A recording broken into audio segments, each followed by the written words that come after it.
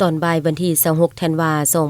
2025อยู่ที่ห้องประชุมสำนักงานปกครองเมืองคำเกิดได้จัดพิธีประกาศการแต่งตั้งประธานห้องประธานคณะกรรมการปกครองและการนำหลักแรงจำนวนหนึ่งของเมืองคำเกิดภายใต้การเป็นประธานโดยสหายเพชรสมัยไสญาธิจักรกรรมการประจำพรรคแขวงหัวหน้าคณะจัดตั้งแขวงบริคำไซ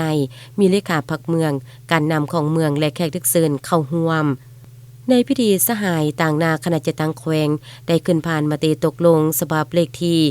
682ทับคปพคลงวันที่24ธันวาคม2025ว่าด้วยการอนุมัติบ่งตัวแต่งตั้งคณะบริหารงานพรรคเมืองคำเกิดเพิ่มเติม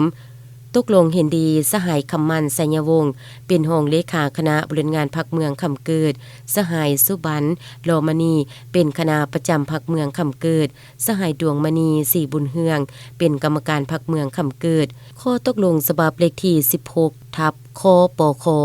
ลงวันที่19ธันวาคม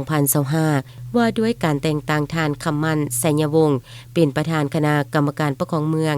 ทานผาสุขจุมละวงศ์และทานแสงแก้วไสมณีเป็นรองประธานคณะกรรมการปกครองเมืองคำเกิดมติตกลงฉบับเลขที่683ทับคปพค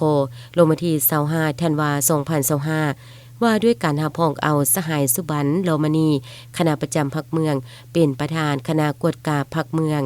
จากนั้นก็ได้มีพิธีมอบภาพหน้าที่จางเป็นทางการระหว่างทานกีทรงระวางเจ้าเมืองคำเกิดผู้เก่ากับทานคำมันไสยวงศ์ประธานคณะกรรมการปกครองเมืองผู้ใหม่โดยทรงหน้าท่านหัวหน้าคณะจัดตั้งแขวงการนำของเมืองและแขกทุกเชิญเข้าร่วม